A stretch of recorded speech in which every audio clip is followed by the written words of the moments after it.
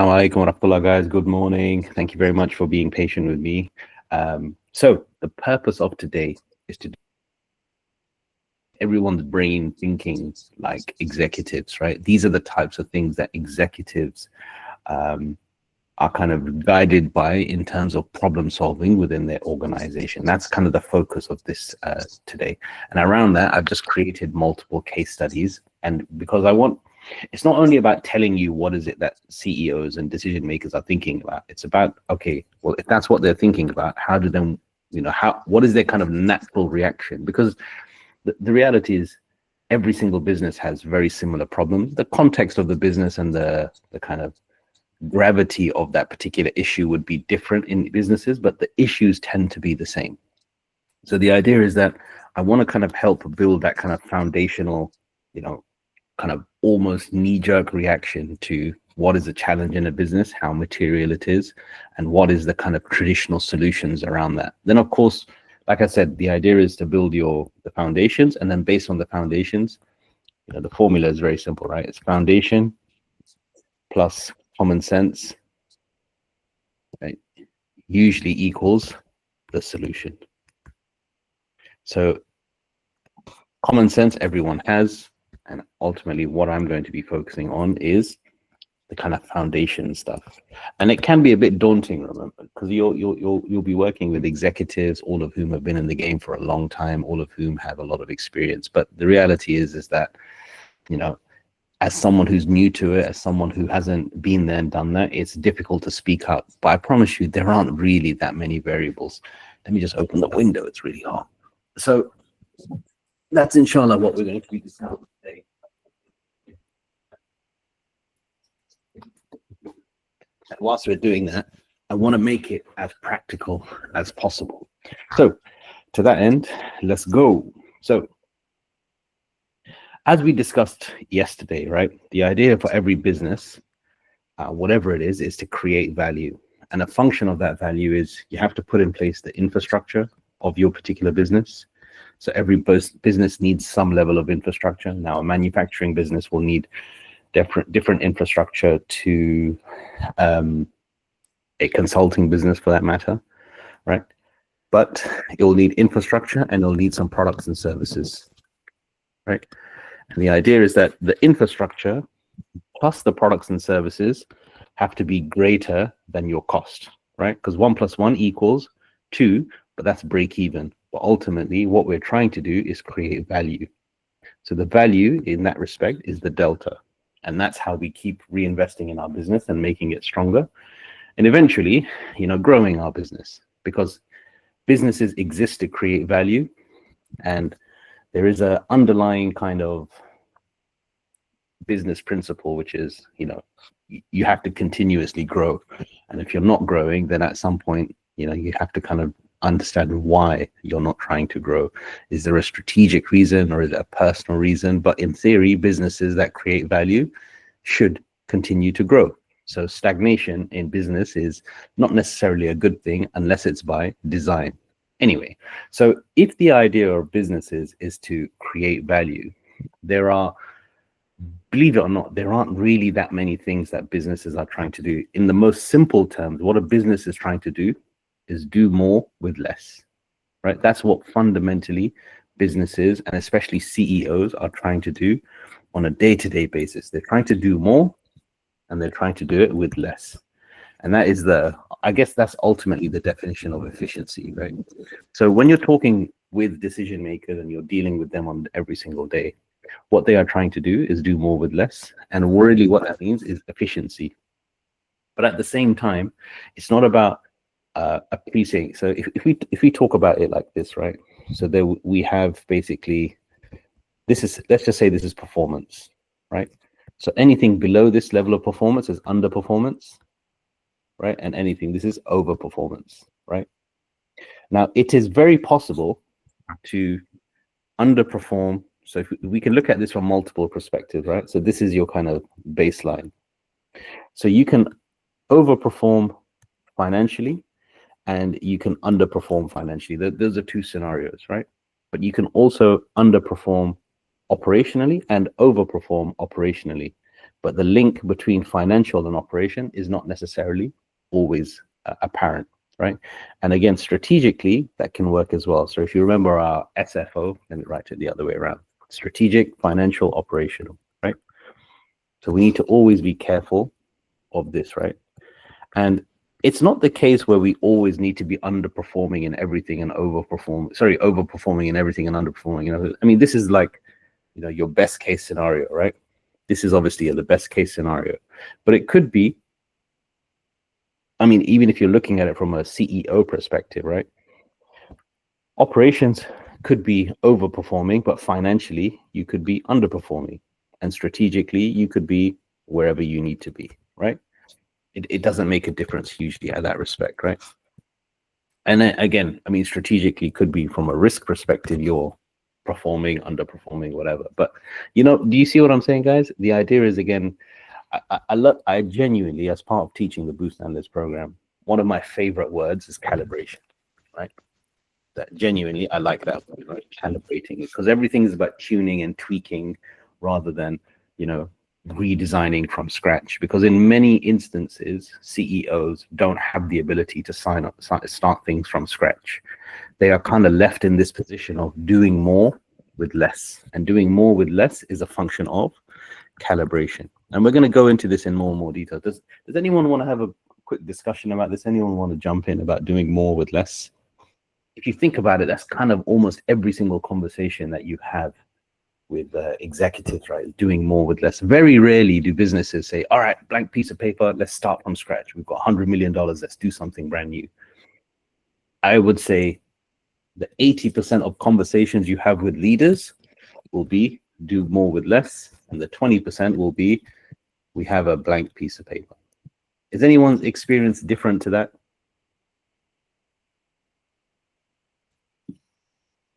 Anyone want to? Yeah. But the only thing I was thinking about was adapting.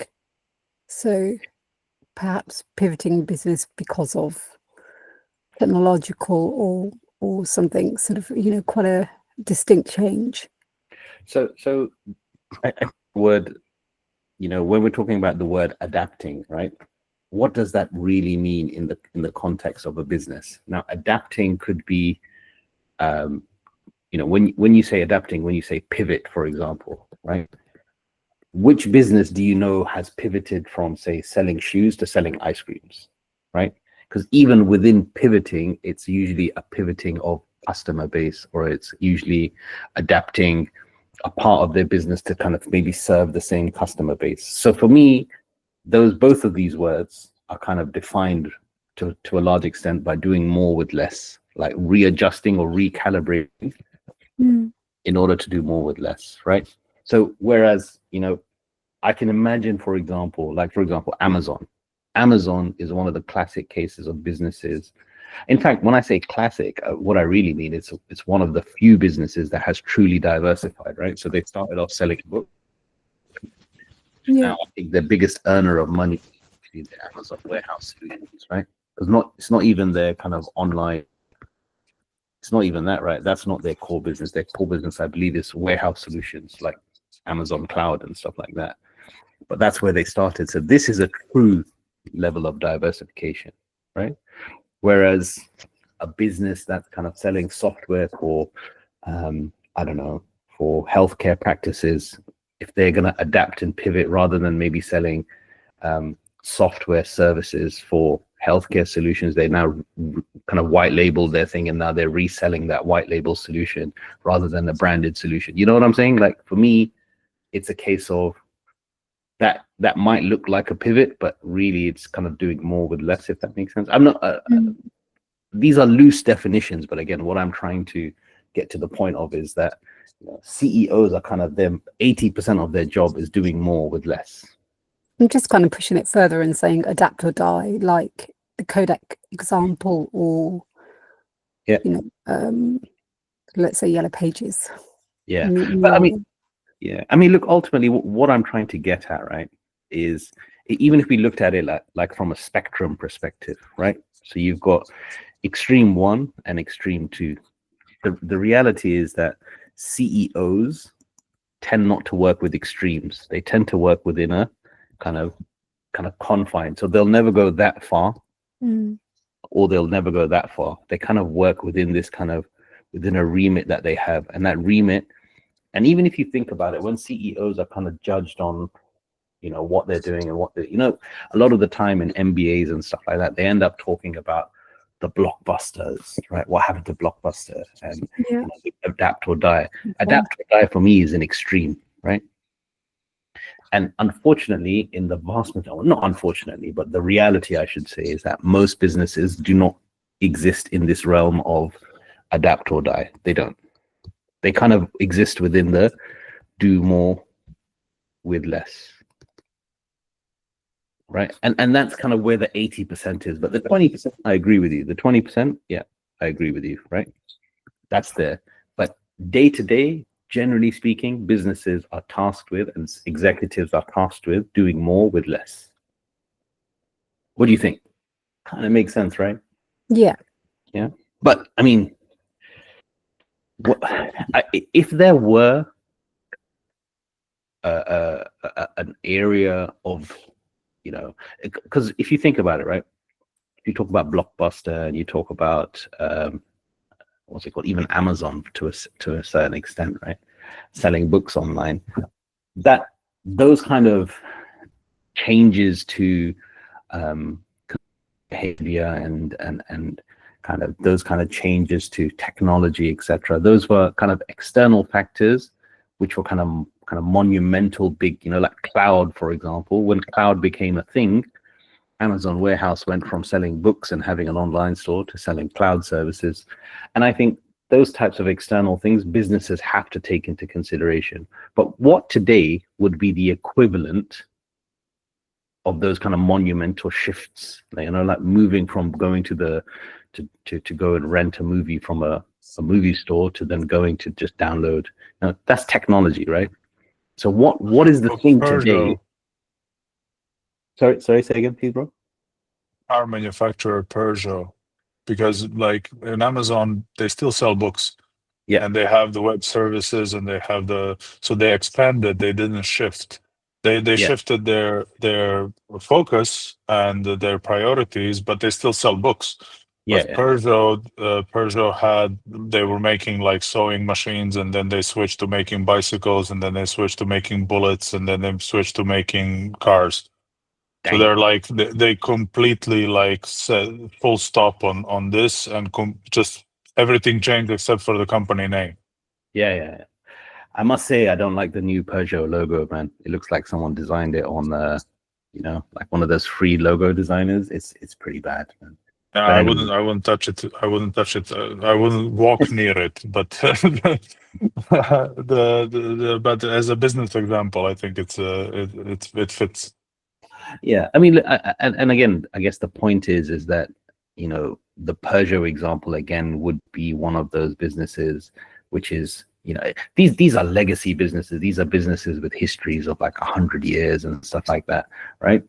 In fact, I don't know how old Peugeot is, but it would suggest that, you know, if they went from sewing machines to bullets all the way back to bicycles and cars, you know, the Yeah, it's brand a more almost 100+ years. Yes. yeah. So in those instances, the business brand is worth more than the actual business itself, right? And again, I'm making some big statements here, but just to prove the point. But the vast majority of businesses don't fall within that category, right? They kind of are. Yeah. Exist for like 15-20 years. They ride a trend, and then the founders die, and then khalas, the business is dead as well. So inherently that is the 80% of businesses. So to that end, what most CEOs are tasked with is do more with less, and most executive teams are tasked with do more with less.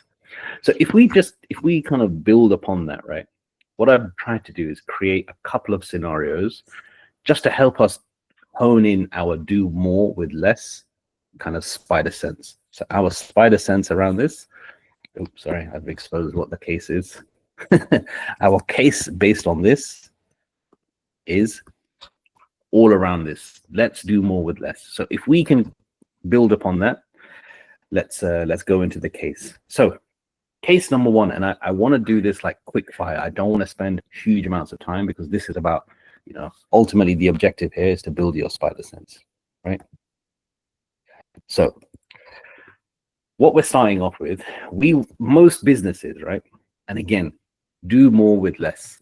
We want to increase revenue by using our existing resources, right? So increasing revenue, the first thing people start thinking of is, okay, what we can do to increase revenue is start a new marketing campaign, create a new product. But again, that requires huge amount of resource to do so. So what I want everyone to focus on is unlocking sales growth without significant new spend, right? And if you think about it, right, there is a lot of value you can unlock going back to our, do more with less, by asking ourselves some simple questions. Are we fully utilizing our existing sales channels? Can we cross-sell, right? Is pricing optimized, right? These are simple questions that we can ask ourselves, right? And as a result of which, I've created a very simple scenario. So we are working with a national retail chain which has 200 stores, but only 40% of those bad boys, so 80 out of 200 are hitting their sales target, right? So we're hired to diagnose why revenue is flat and propose quick wins using current staff and assets. So let's look at our case, right? So where I would start with this is something along the lines of, okay, well, we have an objective, right? The objective would be to increase sales, right? That's fundamentally the objective. And now what we need to do is come up with some initiatives around that. So what would you guys do in terms of this type of business? And remember, the confine that we have is more with less. So where would you guys want to start that discussion off? What type of initiative could we just come up with? And I want everyone to just have a think about it. Let's do a bit of a brainstorm here. We don't need to be,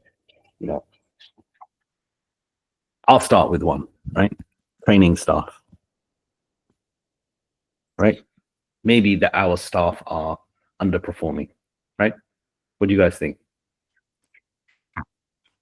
What else could we do as an initiative?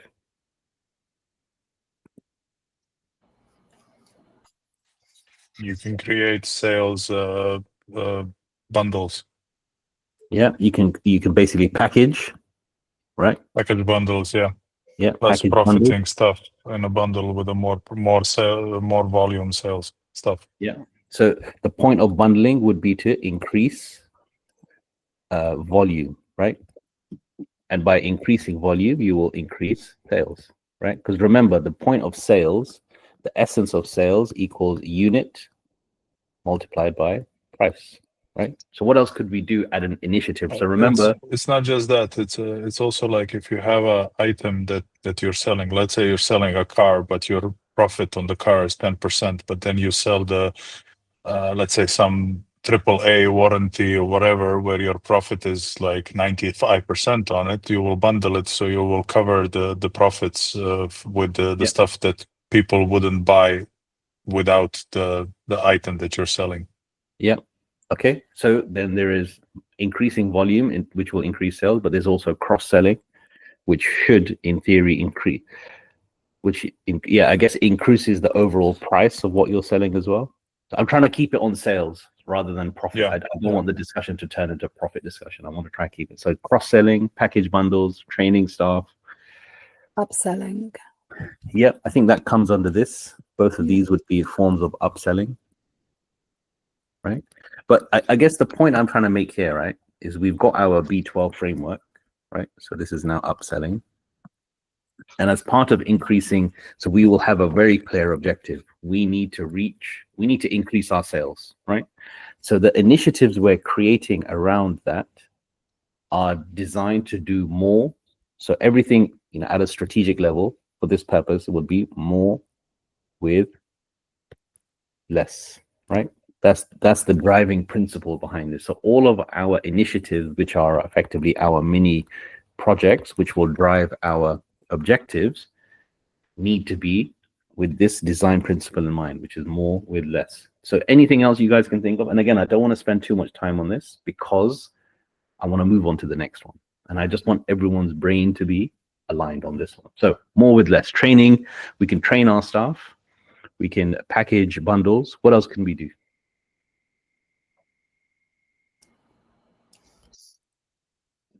Maybe create incentives. Sorry. Oh, that was a brilliant one, actually. I was literally thinking about the same one. So incentives. Yep. So, yeah, incentives for our people. Anything else, guys, we can do? Maybe a high selling person can go into the stores that are selling this. You mean like a rotation system where we can Yeah. do that?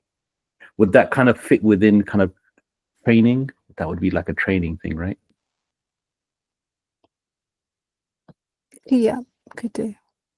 So we've got incentives, we've got training, we've got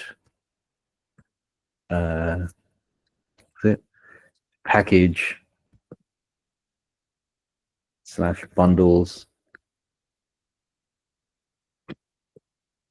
and we've got kind of cross-selling,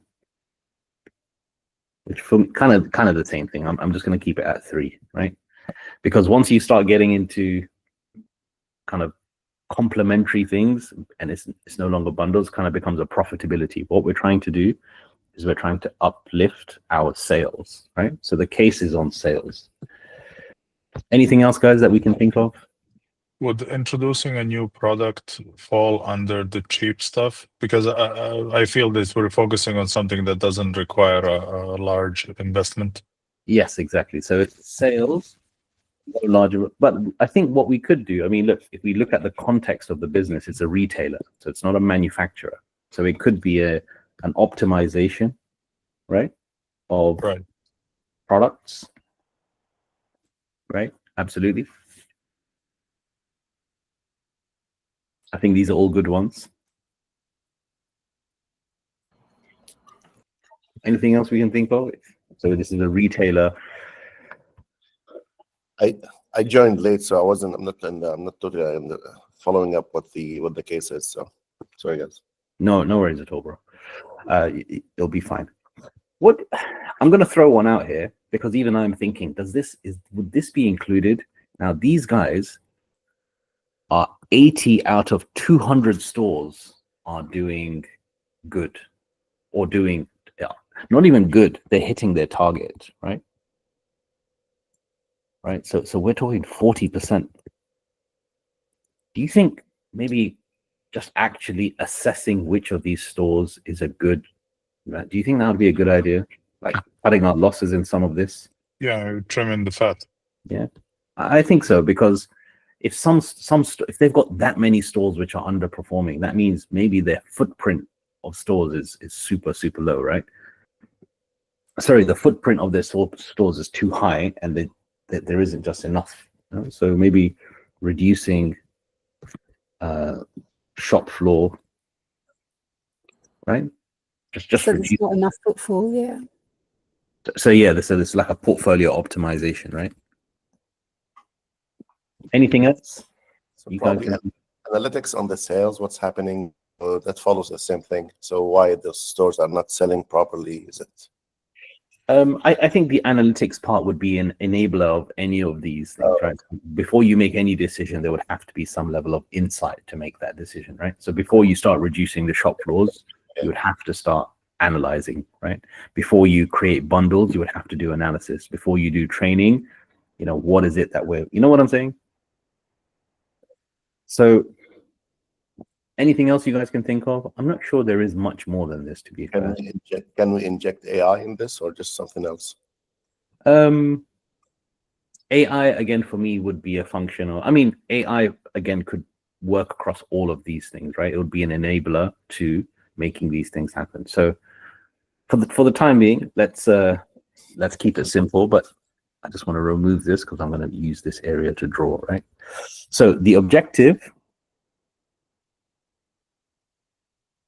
right?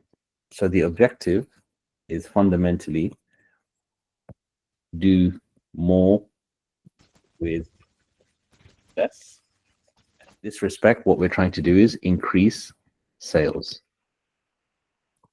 Oh, sorry, if there's one last one, potentially what we could do is, align between in-shop versus online, right? We could potentially, I mean, I don't know, maybe that would come under reducing the shop floor thing, but I think it would be an interesting one to look at for sure, right? Do you also look at reducing staff or not here? I think as part of training, we could potentially do that, because remember, the objective is to increase sales. You see, this is where it gets difficult, right? Because we're inherently, as good advisors, we're looking not only at sales, we're looking at costs as well, right? So if we're going to reduce the shop floors, right, if we're going to, inherently that would mean obviously firing people as well. But if you look at it from a portfolio perspective, which is how they would look at it, they would say right now they're looking at it that 40%. Sorry, if we're looking at it from a kind of a target as to what we're trying to achieve, right? If we reduce the stores from 200 to say 160, right? At that point, then it's 50%, right? So there is already an increase in that kind of contribution as such. Does that kind of make? It's a difficult one, but because that's cutting costs. That's not increasing sales. You Exactly. you're remaining at the same sales point. You're just reducing costs. So it's definitely a tool, but it's not. It's off topic. Yeah, it's not exactly. So, and sometimes it is difficult to stay on topic when you're doing these things. So I'll try my best to stay on topic, right? But I think we have some good ideas here, right? So we've now identified kind of 6 initiatives, right? And even this 5th one, I'm not too sure about. So potentially we won't discuss this one, right? Although we could see how productive their website is. It's not just, even though the confines of, actually, no, I think it's a good one. I think it's a good one, because potentially if they want to increase their sales, they could do so by looking at their shop, their online sales, right? Compared to whatever, right? What is the percentage of their online sales? So in terms of incentives and training, I think this could be one, right? So where in the B12 framework, remember this is the B12 framework, where would the kind of calibration take place here? Like where within this? So the objective is clear. So we have a very clear objective, which is do more with less, increase sales. As initiatives, we've come up with 6 initiatives, right? And these are the initiatives here. So based on each of these initiatives, there should be a corresponding effect in the configuration of the B12. So now we're trying to figure out the actual impact on the B12 itself. So let's start with the first 2, in fact, incentives and training. Obviously, that will be a direct impact on our people, right? So with a small amount of investment in training, we will immediately be able to enhance some of our salespeople, right? And aligning that with incentives would mean that it's not a huge cost impact unless they make a sale as such. Are we aligned on that, guys? Everyone cool with this idea? So these 2 are active, right? So this will have a direct effect on our operating model, which in theory will have an impact on the number of units that we will sell, right? Yep. Everyone cool with that? Now, in order to, and I want to go one level deeper, I don't want to just say we can do training incentives, right? Now, we could possibly, when we talk about training, there is actually a 3rd element to this, right? Which is, in fact, that's kind of more, okay, in fact, no, that's not true, right? So let's go into the notes here. We're talking about people, right? We're talking about incentives, and we're talking about training. There is also another level which would also increase kind of sales, which is reorganizing our people. Now, this is not, Ruby, what you mentioned in terms of, moving people around from office to office to increase sales. But maybe our sales teams are just organized inefficiently. What do you think? Do you think that could be a reason that could actually help sales? So incentives, definitely that helps sales. Training, yeah, sales, I think yes. But you It's could very often potentially- that your sales manager or sales supervisor is the wrong person for the job. potentially, right? So From yes, from a realistic scenario, it's Yeah. very often. yeah. So in many instances, when you have organization structures, right, you have basically so incentives is X% of sales. That makes sense, right? Fine. Training could be, 2 weeks.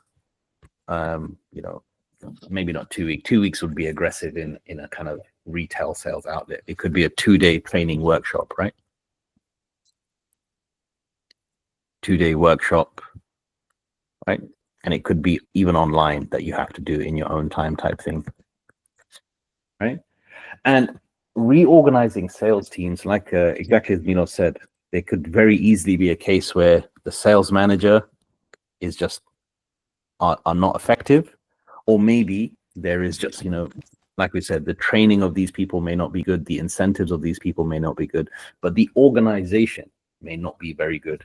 So you could have, like in some organizations, you have like a senior sales associate, a sales associate, and something else. And maybe they're doing too much time, they're spending too much time in the warehouse, in the back of the store, organizing stuff rather than at the front of the house in doing that type of stuff, right? Does that make sense? I think we're all on the same page, right? Actually, we did actually. I mean, one of the things that we could do is increase promotion, but I think there is an inherent systemic problem here rather than we just need more footfall, right? Because 40% of their stores are not doing good. 60% of their stores are not doing good. So do you see what I'm saying here, guys? That there is a reorganization which could also have a pretty impactful, it's like a football team. You could have the 11 of the best players on the world, but if you've got the goalkeepers in the at the where the strikers are, where the goal scorers are, you're going to be in a bit of trouble, right? It's the same thing. Sometimes you'll have the best salesman. You'll have the best salesman who's not the best manager, and then you promote that best salesman, point on the numbers that they're getting, but they're not a team leader. They don't know how to. They just know how to sell, but they don't know how to supervise. They don't know how to manage. I think that's a brilliant And way sometimes of you'll have a worse salesman that's a great manager. I actually had that situation where our supervisor was a worse salesman than all of us, and we were selling like crazy, and our supervisor got promoted and it was a correct decision, because even though she was not good at sales, she was very good at supervising. There you go. Right. So I think I think we have a good point here, which is there is the incentives, there's the training, and there's the reorganization. And the reason I wanted to bring that up is when we talk about people, the questions that we should be asking is number of people, right? The kind of quality of those people, as in, are they qualified to do this, and are they good people? And then the third element is the organization of the people, right? So these are the things that we should be thinking of when we talk about people. So that's a holistic view of looking at how we can increase sales. It's not as just simple as training people and incentivizing them. At an organizational level, when we're talking about dealing with big businesses, it goes beyond that into how are our people organized. Exactly. I think the example that Milos gave is perfect. So let's move on from that. So this is the key point that we need to understand from there. Let's talk about packages and bundles. Now, where in the B12 framework would that impact?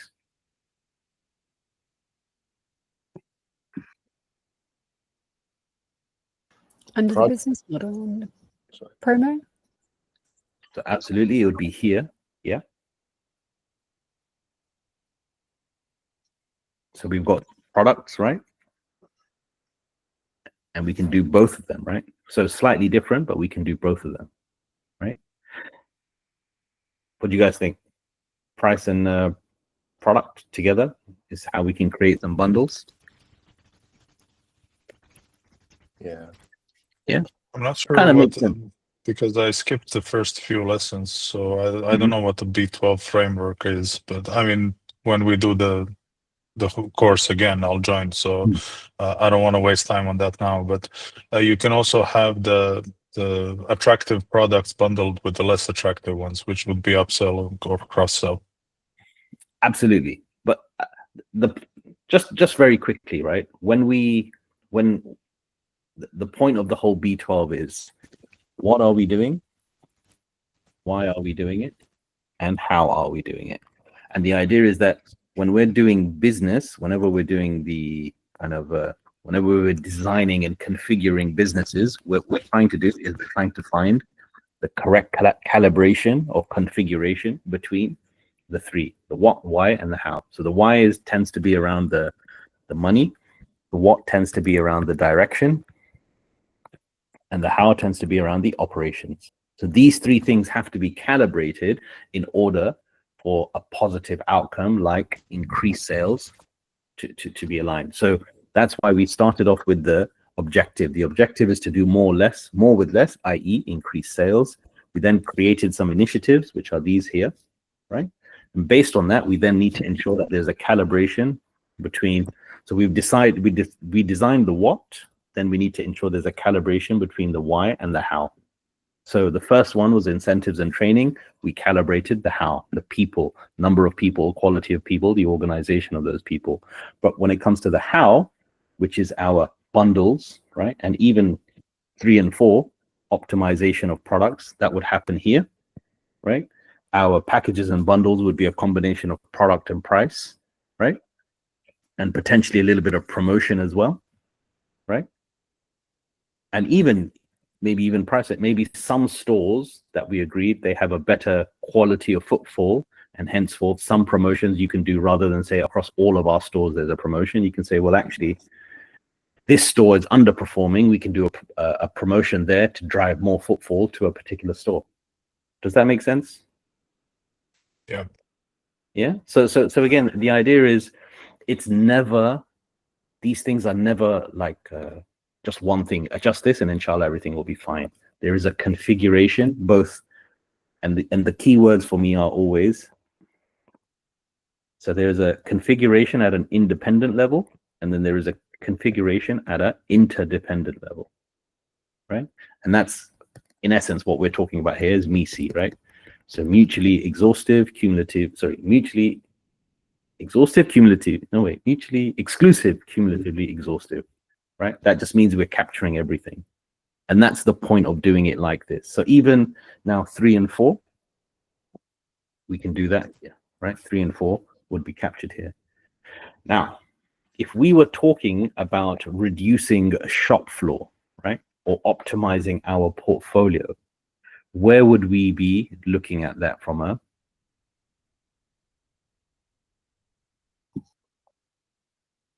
So under place. Yeah, absolutely. We could be looking at it from a place perspective. Yeah. So how many places are we selling these things at in terms of, and in fact, I think 3, 4, and 5, we could probably be doing together. What do you guys think?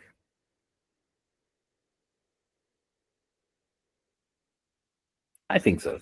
I think, yeah, we could be doing that together. Right? Yeah, especially if you have an international business. So for example, some packages and bundles wouldn't sell. Like, you're not going to make a promotion for pork in Saudi Arabia, right? Yeah, you're going to struggle with that. Absolutely. Yeah. So short story is, again, so the way we came up with this is we started, what is our core objective? Our core objective is to increase sales. We identified 6 key initiatives. Now, based on the 6 key initiatives, we can start optimizing our business to, reestablish what we can and can't do. And a lot of the context is what we're kind of coming up with. And we're seeing, but I think, alhamdulillah, and it worked very well, is that we ultimately were able to see where in the B12 framework. So the reason it's B is because it's boost, and the reason it's 12 is because there are 12 boxes. Sorry, I should have said that as well, right? It's 12 boxes. So the point is, most problems when you're talking about a business can be solved on this framework. In fact, almost every single business can be solved. Every single problem that you're trying to solve or kind of solution you're trying to design can be configured on these 12 boxes. That's the point. Now, if we talk about in-shop versus online, where do you think that would fall in here? Technology, definitely. Technology, exactly, right? So this is our website, right? Now, everything we've decided, so absolutely, so as part of the Also process. yeah, so we can say processes, yeah, absolutely. Now, here is an changing the way people buy. yeah. We could also be looking at it from a promotion perspective, because promoting a website is obviously in itself, you know, whether it's search engine optimization, whether it's, you know, whatever it is, you know, using social media influencers, whatever it is, right? The process of adjusting and creating more buzz around your website is very, very different, right? Anything else you guys can think of? Now, everything we've discussed so far is kind of more at the unit level. Now, if we were not looking at the business we're looking at, potentially there could be things we could do. You know, if we're a retailer, in many instances, we're going to be reselling other people's products right now. But if we were a kind of manufacturer, or sorry, rather a brand-led retailer, potentially we could also have stuff around this, right? What do you guys think? You know, self-branded things whereby we increase the prices of some things and so on. What do you guys think? Because sales, like we said, is a function of unit times price. But inherently, if we increase the prices of something, right, we're kind of solving the wrong problem. We're kind of hiding here. Does that make sense? Because clearly our businesses are underperforming, right? So increasing at an operational level. And if we increase the price, that kind of hides the problem rather than solves the problem. What do you guys think? If you think I'm talking shit, then say it. But what do you guys think? You're correct. It's the same as reducing the number of stores. Yeah, You're exactly. increasing your 50%, but you didn't solve the core issue. Exactly. Absolutely. Right. So again, before we start identifying cost saving issues which will increase our profit, we need to solve the major issue, which is sales. Now, the last question I'll ask on this, because I want to move on to the next case, right, is inherently what we've designed here is effectively a redesign of the sales strategy. In fact, you know what? I don't even want to go down that route. Khalas.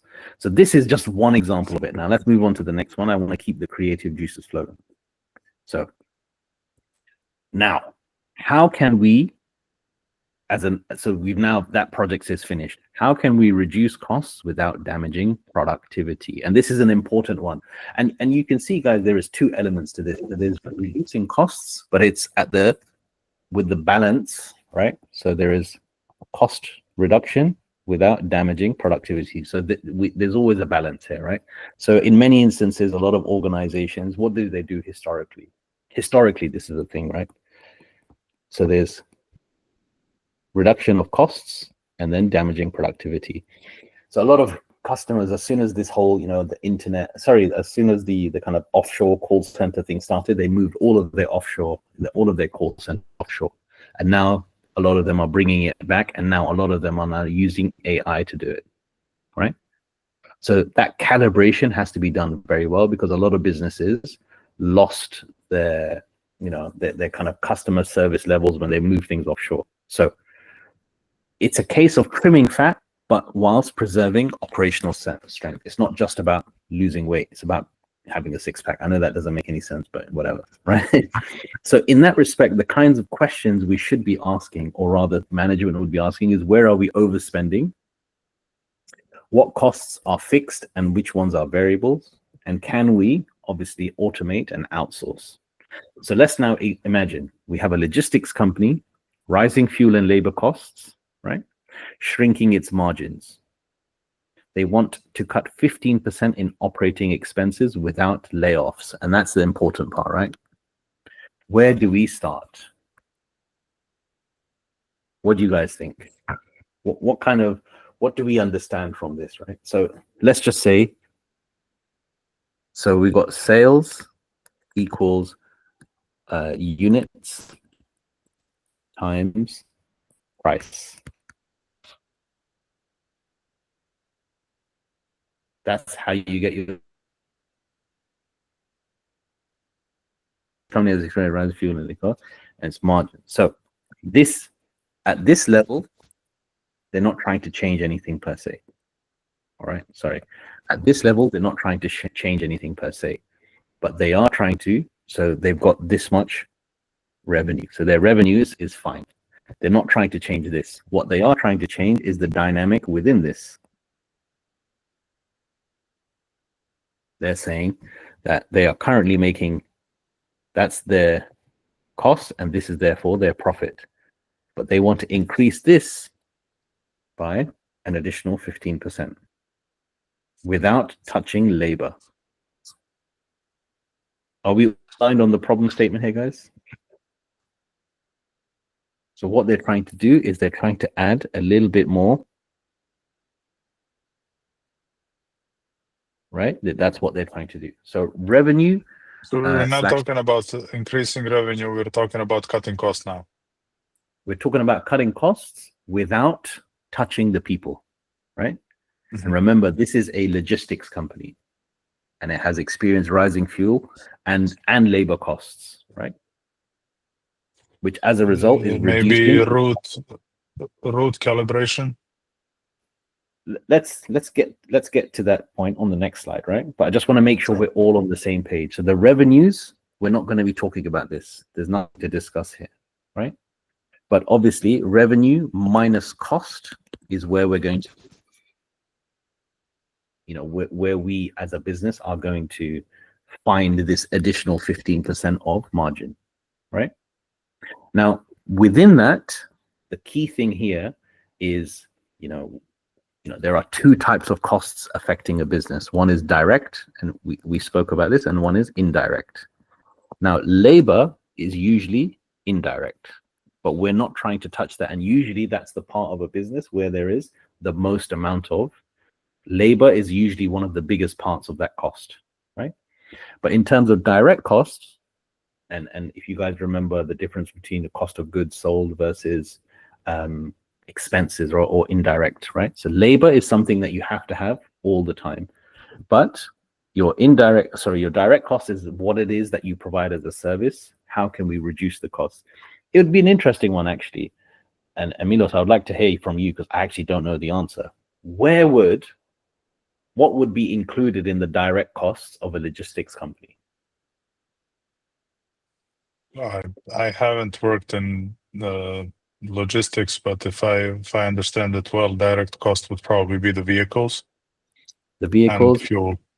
Vehicles plus fuel. Vehicles as capex and fuel as opex. Okay, let's see. Now, that's fine. And and warehouses and mechanics shops that you have attached or whatever. Cool. Okay. Let's now take this into the B12 framework, and let's see where we can go. So the idea now is we need to increase. So the objective is, let's be clear, increase margin by 15%, right? And we're trying to avoid cutting people. So let's understand the logistics business, right? So as a logistics provider, what you tend to do is you tend to have a warehouse, right? Within the warehouse, you'll have multiple trucks, right? And the thing that you're selling is you're selling a solution to retailers, to distributors, whatever. You're effectively selling capacity. So this is a capacity-based business.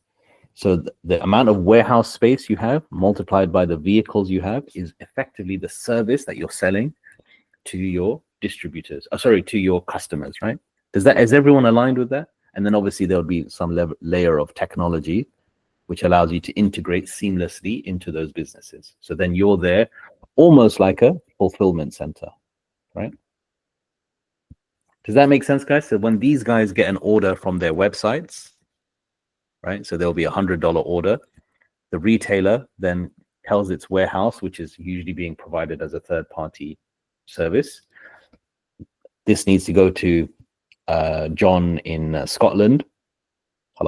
Then this makes a move and it goes to John. And the whole process of not just logistics, it could also include, you know, the fees associated with, you know, taxes and all that stuff, and kind of customs and all that. It has to take care of all of that and ensure John gets whatever it is that he's ordered on time and you know, safely as well, so the package is not damaged, etc. So the service, it's actually a very comprehensive service. Now, some logistics businesses offer, you know, some logistics businesses just offer, for example, just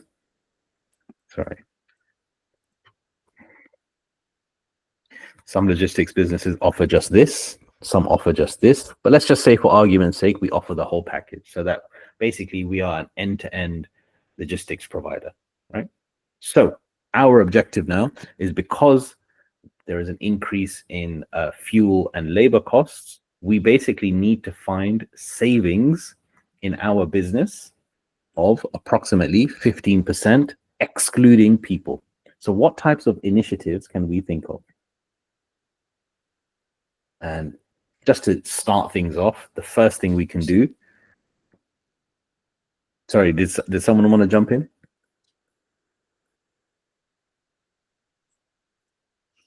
So the first thing we could possibly do is, if we wanted to reduce our expenses by 15% without, and ignore logistics for the time being, just ignore. If you wanted to reduce your costs by 15%, right, without firing people in any business, what is it that you could do immediately? Improve your processes. Increase prices. Increase prices will not, I mean, increase prices, again, you're not solving the real problem here, right? Increasing prices is, if we go back to my silly diagram, right? You're basically, you're doing this, but you're not actually solving the problem, which is a cost problem, right? You've accepted that your costs cannot change. You're solving it let's try solve it by reducing first, and then maybe there is a balance between cost savings and increasing prices slightly. Because remember, the case is they want to cut operating expenses, right? They want to cut operating expenses. Improve processes. Yeah, let's try to be a little bit more specific about improving processes. Processes of what? How would a logistics company try to improve its processes? And let's be specific, what type of process would they want to? What is it, the key thing that they would want? So the fulfillment process, Yeah. specifically, how are they sort of taking orders or generating? So if we were to talk about improve operations, specifically what we're saying is they want to, if you look at it from and remember, the thing that brings this all together is KPIs. So that's the middle of it. That's what kind of balances this out. So the key KPI in terms of operations would be kind of minimize, especially if we're talking about fuel costs are increasing, right? That would mean I can't imagine the mileage. Effectively, yes, right. And I was just explaining that. I can't think of a more frustrating thing if I was like an Amazon delivery driver, right? Is that when you go to someone's house and then they're not there. I can't imagine a more painful thing for the driver, let alone the company, because they're still obligated to deliver it. You're just not at home, right? So absolutely, improving operations in the context of a logistics company would be to shorten the length of, or rather is to reduce the mileage that you're using. Now, the reduction in mileage, as Milos said earlier, could be as a function of route optimization. But as another way of doing it, so in fact, let's do this on the other one, right? On the next page. One way of doing that could be, so operational improvements. One which could be route optimization.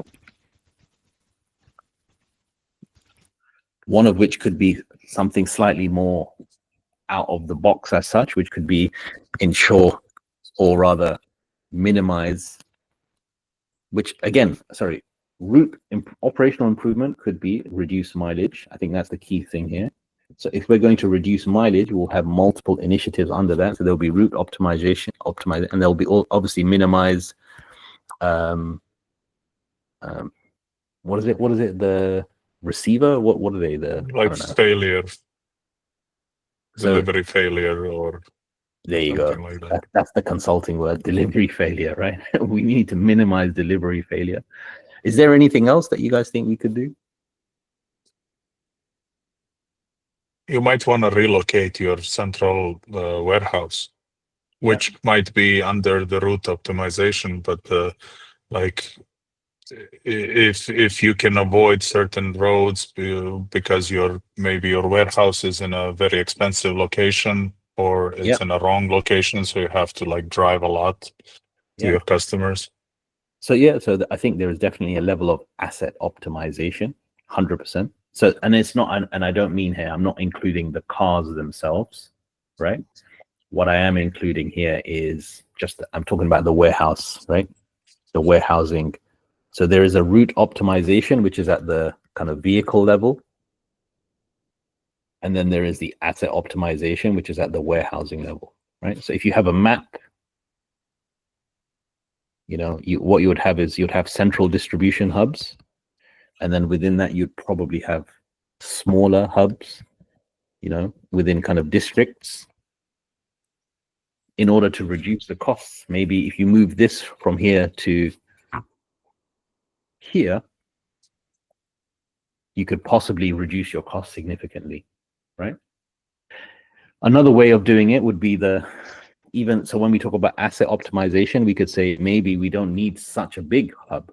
Maybe we need, instead of 3, what we need is one big one right in the middle, right? Mm-hmm. Yeah. Are we starting to make sense here, guys? We don't need to be experts in warehousing and stuff just to use our common sense, right? Also, reviewing driver behavior. Oh, that's a great one, right? That's an absolutely excellent one, right? So reviewing driver behavior. So are they standing idle? That kind of thing. Yeah. That's a great one. I used to work, one of the first projects I did with KPMG was actually for a very, very large, you see in Saudi, they have a very similar system to say in America, whereby they have a school, you know, schools have their own buses, and the buses pick up the schools from a school route and then they take them to school. Whereas in Saudi, create 97% of the traffic jams. Yeah, exactly, right. And these buses are huge. They're like coaches, right? And so in Saudi they have that. So the first project I worked on was with a company. I won't mention their name, but in essence, they were basically a national company that did this on behalf of almost every school, and it was the same company that then also you provided their trucks and so on for Hajj and Umrah. So we're talking, I've never seen that many motor vehicles in my life, right? It was huge operation, and what we were finding is that the drivers, man, these drivers were seriously scumbags, man, because some of them would go to the workshop, because they would have a huge workshop, and in the workshop they would say we need new tires, and then what they would do is they would go to another maintenance hub outside anywhere, right? And then they would say, oh, by the way, the tire popped, I have to get it replaced. And what they would do is they'll sell a brand new tire and put a used tire on the vehicle, and then they would pocket the change. Right? It's like it's a proper scumbag move, right? But that's what they used to do. So again, improving operational, you know, I guess the point I was making is that reviewing driver behavior is very important, because sometimes the drivers can be horrible. But I think the point of doing this is that it's starting to make sense now, right? Is that so we've got operational improvements. Do you think there are any other incentives? I need to tell you guys this while we're on the joking side. So back in Serbia in the 90s, where the guy was transporting coffee, and especially that was in the time with the sanctions, so it was all like gray economy and stuff. So the guy would time his trip that he reaches basically his destination late at night, and then he would leave the truck next to the river and open the tarp. and the humidity in the morning would rise, and basically the coffee will bubble up.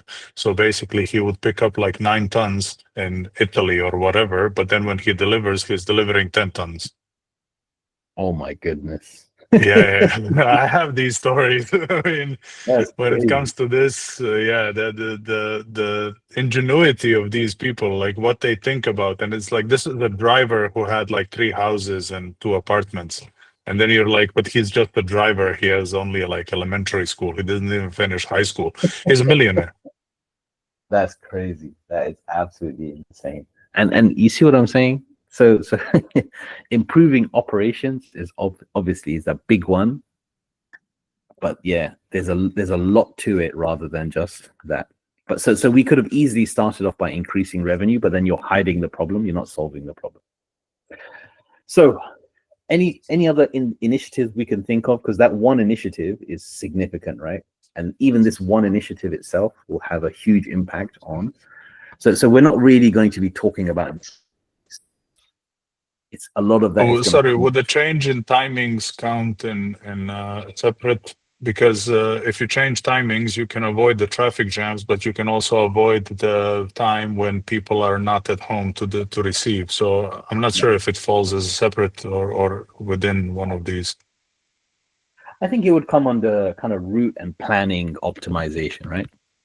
Sure. Yeah.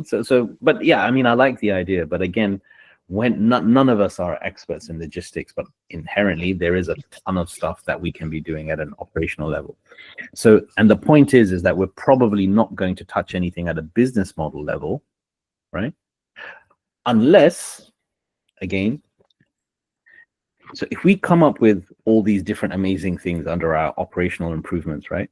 What we might need to do is link them to, for example, if we are, and this is where, when the discussion becomes around profit and margins, right?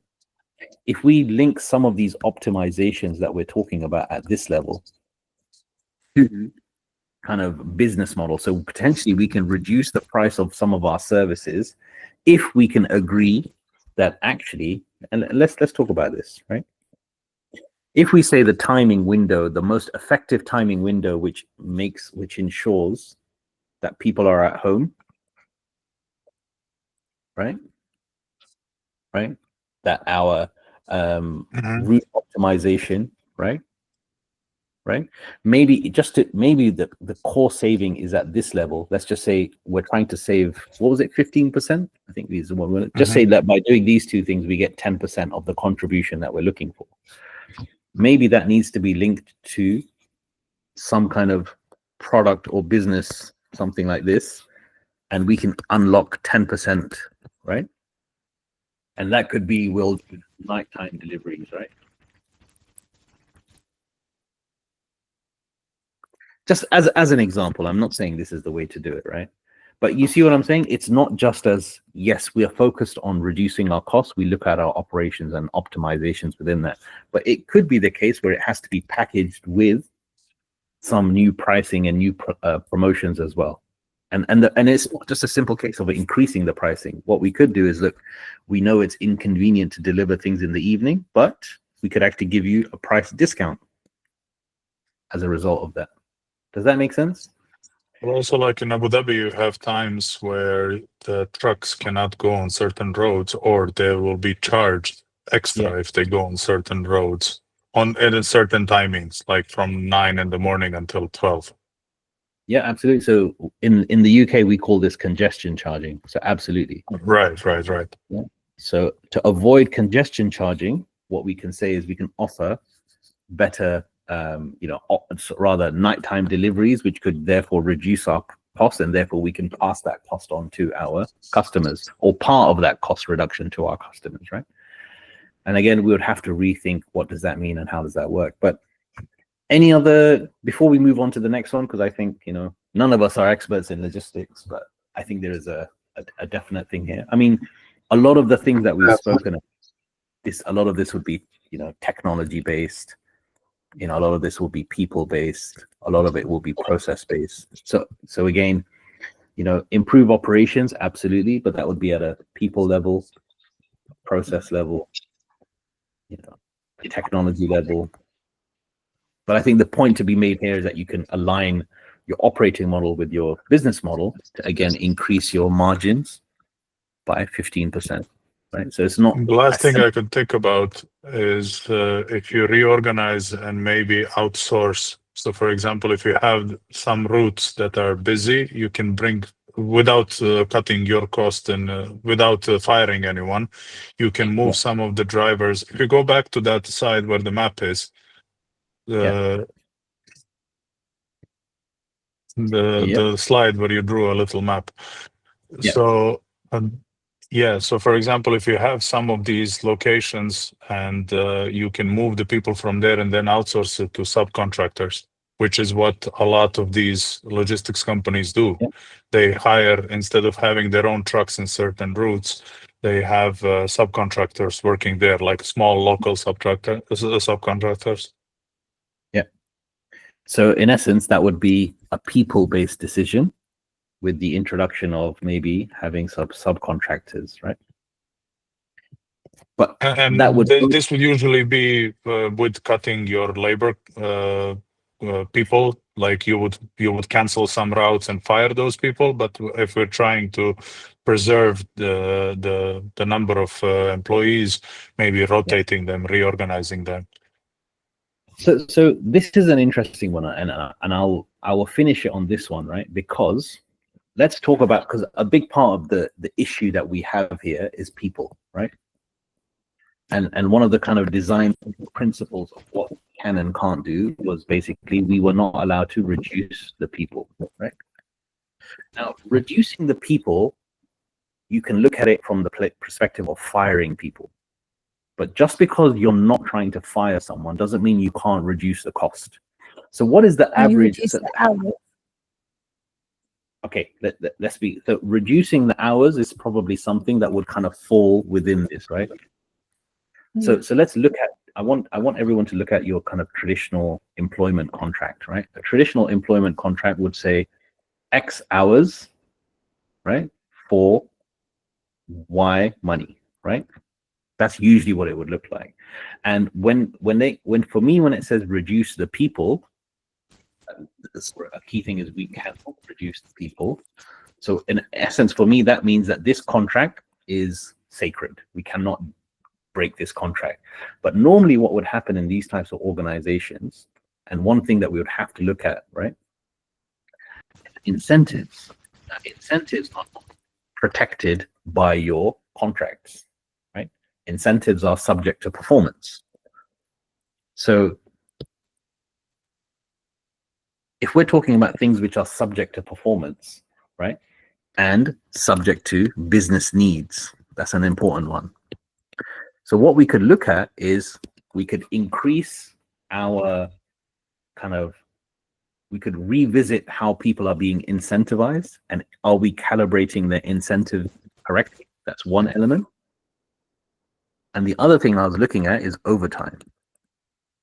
Are we giving people overtime, and what is the cost of that overtime? Because overtime is usually paid not at the same rate as their hourly rate. It's usually like at 1.5, for example, right? So the average, going back to, you know, these people selling coffee and then the, you know, increasing the weightage of their coffee beans because of, you know, whatever, right? Similar things. Sometimes in some businesses, they are, because they're a bit disorganized, someone will say, you know what, I can make an extra 10% on my salary if I, oh, there's traffic, bro, sorry, man. You see what I'm saying? So even if route optimization, you know, a part of route optimization is not just about reducing the fuel, it's about reducing the time that the drivers are in the car, right? So even if they're sitting in the office for 10% of their time, so I'll try to help visualize it, right? So imagine this is your, so this is your base salary and this is your incentives, right? Today, what's happening is you are driving your van or whatever it is, and you're doing your deliveries. And as a result of that, you're doing your 100% of your base, but 20% incentives as well, right? And as a result of which you're getting paid 100, let's say you're getting paid 1,200 here, but now you're getting paid 1,500 here, right? and you're kind of stuck here, right? So that's kind of what you're doing right now. It might make more sense that your guy is actually sitting in the office, right? So he's now 90. He's 90% utilized, but he still gets his base salary of 1,200. But now you're saving the 300 here. Does that make sense? And that would happen through route planning and optimization. And potentially, you could say, rather than paying these guys 300, right, extra, you could pay a subcontractor 150. So in doing so, you've now optimized, obviously, your routes. But even if it's optimized it to the extent where people are now sitting idle, the cost of using a subcontractor might actually be cheaper than paying overtime. Does that make sense? Yeah. And I mean, if you wanted to go full steam ahead with conspiracy theories, now that the guy is sitting idle for 90%, whenever you have businesses like consulting, businesses like logistics, it's a case of your utilization. Now, if your utilization is below a threshold, you then don't have to pay a bonus, for example. You see what I'm saying? Like, you can really reorganize your people and understand. So it's not just about cutting people for the route optimizing to reduce the number of people. We need to look at it in a little bit more comprehensive perspective. I hope that makes sense anyway, but I went full consultant on that one. But anyway, that was I think that was a great example of a case. Now, what time is it? So it's at 7:30. Let's do one more and let's see how we get along. So how can we, so this is a new case now. How can we shore up cash flow quickly, liquidity and working capital efficiency? This is a problem that I deal with every single day. Like, as a business owner, liquidity and working capital efficiency is, man, if I had a solution for this, bloody hell. So what does You that can sell that solution alone and close every other business. Exactly. No more boost analyst program, just capital efficiency solutions, right? So are receivables coming in fast enough? Is our inventory tied up? Can we renegotiate supplier payment terms? What about non-core asset sales, right? So let's think about this now. A manufacturing firm is profitable on paper, but struggling with cash flow. Oh man, I know that pain, right? They want your help to help them free up at least $1 million in 90 days. Ooh, this is a good one, right? So we need to $1 million in 90 days, right? So what can we do here? This is a tough one, right? Because inherently, you're not going to really find the answer to this here, because this is more about strategy. So the V12 framework isn't really going to help you here. However, maybe it will, right? Let's see. So we've got the case is we need to free up. We're a manufacturing business, right? So let's talk about manufacturing as an industry, right? So it goes back to the Pepsi thing that we were discussing, right? So manufacturing businesses are inherently about capacity, right? You effectively you've created a capacity, and the point of that capacity is to build something, right? So utilizing that capacity, right? There is capacity, the amount of capacity that you built, and then there is the utilization of that capacity. Now, this manufacturing business, right, could be, for example, operating at 100% capacity, so that the whole box is full, or it could be working at 50% capacity, right? Is that, are we on the same page here, guys? So capacity versus utilization. This is very important. Now, in order for us to really understand, you know, the options here, we would need to take a view as to what is the actual utilization of this. But given we're confined by, was it 90 days? Changes in our utilization probably won't help us, you know, or increasing the amount of sales we're doing, reducing, you know, some of our costs. That's not really going to help us in this instance, right? When we're talking about alleviating cash flow problems in a very short period of time, $1 million, we have a couple of options. So the objective is $1 million, 90 days. So what types of initiatives can we come up with to do so? Right? First, and as a business owner, I can tell you the first one is who owes us money, right? We chase them, and we can go by, we can very quickly segment who the people are that owe us money by the nice guys, the horrible guys, and we start asking them accordingly. What else can we do if we need to do that? And I think there were some examples on the previous stuff, right?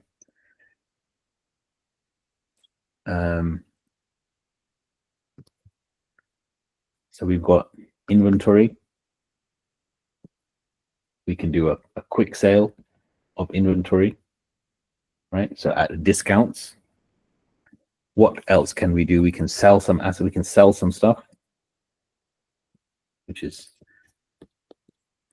but even within selling assets, right? There are some options around selling assets as well that we can talk about. Anything else you guys can think of? How else can we get money into the business very, very quickly? If you want to burn a bridge with someone who owes you money, you can also sell their debt. Damn. Okay. Yeah. So that would be, in essence, type of selling an asset, right? Because if someone owes you money, that's an asset, right? So you're selling an asset. So you can. I mean, look, if we think about it very simply, right? So in fact, let's go to the next page here. So effectively, we have this. We need to fill this in. This here is 1 million USD, and the reality is that it's not going to be one thing that's going to allow us to do this within 90 days, right? It's going to be multiple things. So inherently, what we could do, if we're going to the first thing we'll do, let's see if we can prioritize it, right? So the first thing we will do is we will make phone calls, right? Guys, where the hell's our cash, right? That would make a portion of it at least, right? Because even if you're owed like we are $1 million, right? The reality is the phone calls will maybe get you, let's just say 33% of what you need, right? So even if you're owed the full amount, thinking that you're lucky, you'll get 33% if you're lucky. I know this for a fact, right? So there's that. Then there is the second element to this, which is we can start, we can look at inventory. But the business we have, as a manufacturing business, we have capacity and we have utilization, based upon which we now have some inventory, right?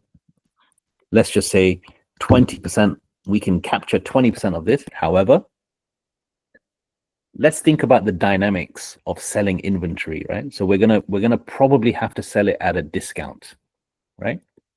So not our normal pricing. What do you guys think would be a fair pricing? How would you price something whereby you need a lot of money very quickly? Do you want to sell it at a discount? Anywhere between 50 and 80. Yeah. So the point is the discount. When you're selling inventory as a function of cash flow, right? Sometimes, and this is one of the hardest parts of business, right? One of the hardest parts of business is sometimes all of that stuff that you've got around brand, pricing, ego, whatever it is, sometimes it can go completely out the window. So a discount in this instance usually probably wouldn't be kind of 5 to 10%. And it could even be to the extent where it's, exactly as Milos mentioned, it could be 70, 80%, because profit is not a consideration here. Cash flow, if you don't have cash flow, your business fails, right? So inherently, this is about a cash flow discussion. But at that point, what you're doing, right? If you're selling a huge amount of inventory for a very small price, even if you're selling a huge amount of inventory, you're not going to get much cash for it. So let's just say we are now between the two, let's call it 30 because my maths is pretty correct, right? So let's just say this is 30%. So now we've got 50% of the cash in. What else can we do, guys?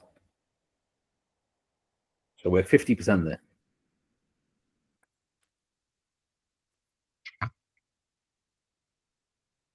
You can offer a discount on the people who owe you money.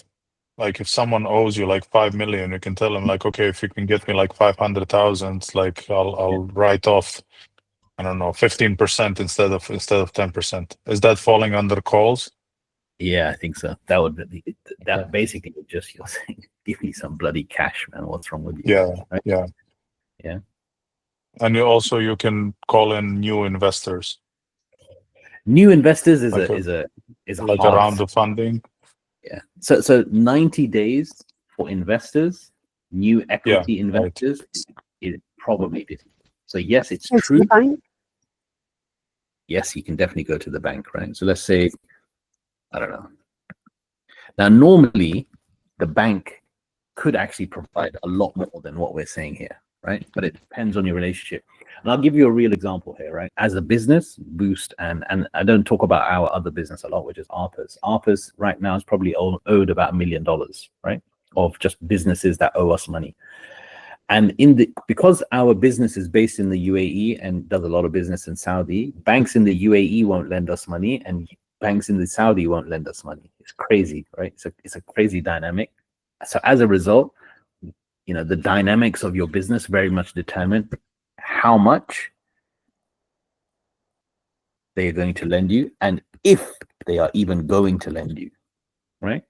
So even though we can say, here are the contracts, here are the payment terms, this is what's been owing, they've been a customer with us for however long and stuff like that. Unfortunately, it's never as simple as just saying, well, but again, and to an extent, even for me, this is my problem, it's my fault, because the reality is that our organizational setup is incorrect. And as the founder and CEO, that's my challenge. So in theory, a bank could actually provide all of this, but of course the bank will want what? It'll want some interest in return or a rate of return on the amount that is borrowed, that's lending to you, right? But inherently, interest would definitely be cheaper than this, right? So ideally, what you would be trying to look at here, like if you're giving a 70 to 80% discount on your inventory, that's a mushkila, right? That's going to be a lot more than paying 6% on a loan or a 7% on a loan. And if you're giving discounts to the people who do owe you money, right? And we have to be clear here, discounts to people who owe you money, who pay you normally within the kind of confines of your payment terms, is fine. But if you're giving discounts to people who've kind of exceeded their payment terms, you're now incentivizing them to delay your payments in the future. So you need to be a bit strategic about it. Are we all aligned on that? Yeah, that makes sense, right? So you have to be specific as to who you're going to give these discounts to. It's not to the people who take the piss, it's the people who actually do the job properly, right? Anything else you guys can think of? Let's ignore the haram and halal thing. Let's just say this is the Islamic financing, right? Anything else that we can think of? So there's inventory.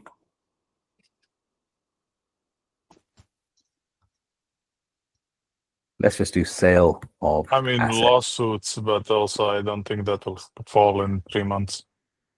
Yeah, I mean, the last thing I can think of is sale of assets. But again, even sale of assets is probably going to be difficult in 90 days, right? Now, I want to talk about one thing because it's something that businesses do a lot. So especially in manufacturing, right? So manufacturing businesses require you to build usually some kind of asset, right? Or acquire some kind of asset. And as I said, when you do that, you've created capacity. And of course, that's going to be built on some kind of land. It's going to have so there'll be land there, there'll be machinery there, right? And, so accordingly, there is a tangible value to this, right? Now, one thing a lot of businesses do is they do something called a sale and leaseback, right? And this is an interesting one, and it's definitely not something you can do in 90 days, right? It's not. But I want to talk about it because inherently it's something that a lot of businesses do. So what they do is they build an asset, and to free up the capital, so let's just say they built something and it's worth 100 million, right? And obviously it's a core part of their business. Now, What they could do is they could say to an investor, hey, Mr. Investor, why don't you buy this asset from us for 100 million, right? So now the investor owns the asset, but we will give you 6% return on this asset every year. So now, and this is a very traditional Islamic financing type of deal, right? So we will manage, we'd sell you the asset and we will rent the asset back from you. This is called a sale and leaseback. It's a very common Islamic finance principle of doing. Now, it's not applicable in this circumstance, but I just wanted to highlight that, selling an asset is a possibility. But I think the important thing to note here, rather in this particular case study, was the 90 days thing. That for me was critical here, right? So when we talk about the calls, the inventory, sell assets, etc., I think the main important thing that we need to be considerate of here is timing as such. And in this case, I think that was the kind of determining factor here, right? Time. So for me, I think the priority here would be, if we let's prioritize this, right? And I promise you, these are the things that I do all the time. In fact, I'll give you, and then I'll finish off by just giving one example of what I do for my business, right? So the first thing I would do is this. This is absolutely a must. You have to do this, right? And I personally avoid giving anyone discounts because haram, that's taking advantage of someone, right? If you have good relationships with some customers, so be it. But at a process level, if this is something that's happening to you a lot, what you could do is actually, from our processes perspective, we need to tighten our contracts. Now, it's not always possible. If you're dealing, for example, with government entities, you have to work with their rules. They don't work with your rules. Now, if this is again happening again and again and again, what you need to start thinking about is diversifying your customer base. So if you're a business, and this is, like a lot of construction businesses in the Middle East, they do projects with the government and they're dying on cash flow. As a result of which, a lot of them start creating private sector development projects and so on, because private sector tends to be a bit faster when it comes to payments. Still difficult, but whatever, right? And that's, in fact, the rationale. So I own two businesses. One is Boost, the one that you guys are engaging with right now. And then there is Arpus. Arpus is a traditional consulting firm. It deals primarily with the government and semi-government entities and corporates. Whereas Boost is kind of more people and private sector, small private sector companies. And really the rationale initially was cash flow. That was the official reason, was cash flow. Because the cash flow here is bad. But it's bad the profile is bad, but obviously the amounts are larger. But the cash flow, you will get paid, but who knows when, right? Exactly. Whereas for Boost, it's smaller, it's people, it's subscriptions, it's blah blah blah. And this is fundamentally, it's good cash flow, but it's small. Again, could you incentivize in the contracts? Exactly. So when I say tighten contracts, I have that flexibility here with Boost, but I don't have that flexibility here, right? So rather than penalties, it's more sort of like positive. A lot of people say to me, Fahad, why don't you send them? Can't really impose. You can't impose those penalties on the government. It's like, how are you going to make them pay? They'll just tell you, like, yeah, sure, sue us. More incentives. Pay on time and you may get X. Yeah. Again, doing that in Boost is possible. But then again, there's a whole administration to that, right? There's like, and what you don't want to do is you don't want to incentivize your customers on payments, right? What you'd rather do is incentivize them on good work, right? You don't want to be that company that says, we will do better work if you pay us on time. Like, the quality is the quality, that product is the product, right? But you can't do anything even remotely here when you're doing with government contracts. It's a very standard, here's our government. If you don't like it, we'll find someone else, that type of thing. Right? So it's unfortunate, but it is what it is. But yeah, that was the point I was making. So this would be my first priority, and that's what I do always, right?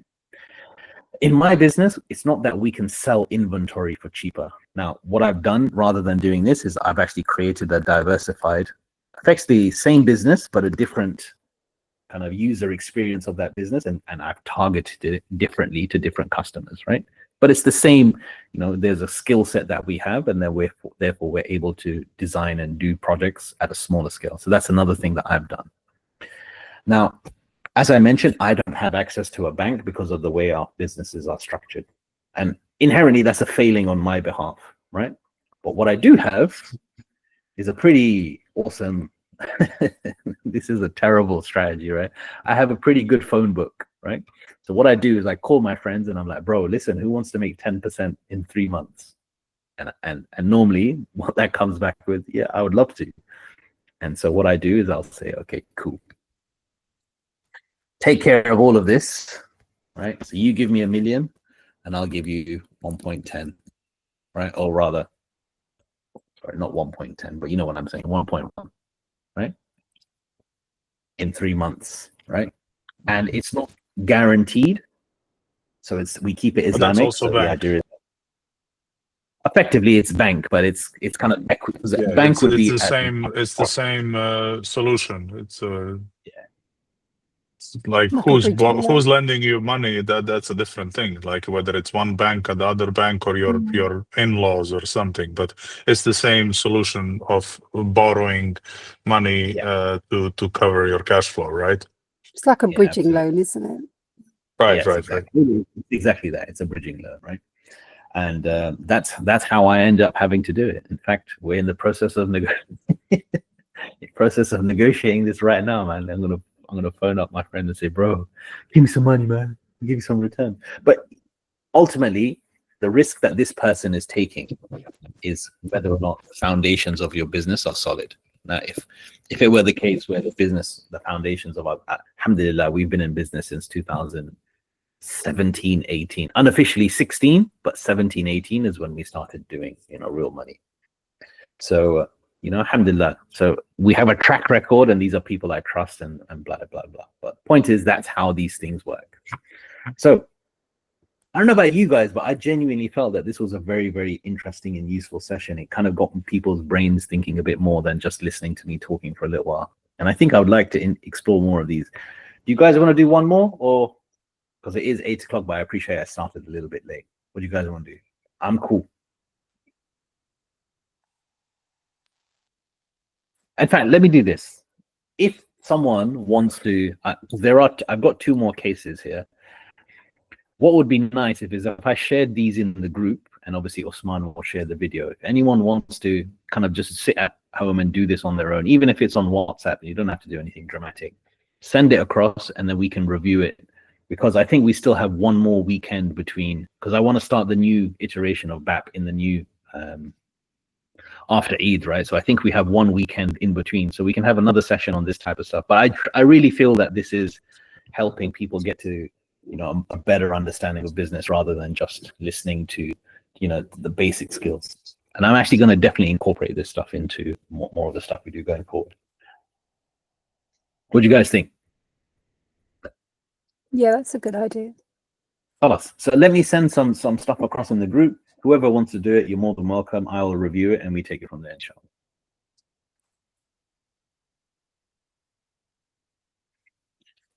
Sounds good? Thank you.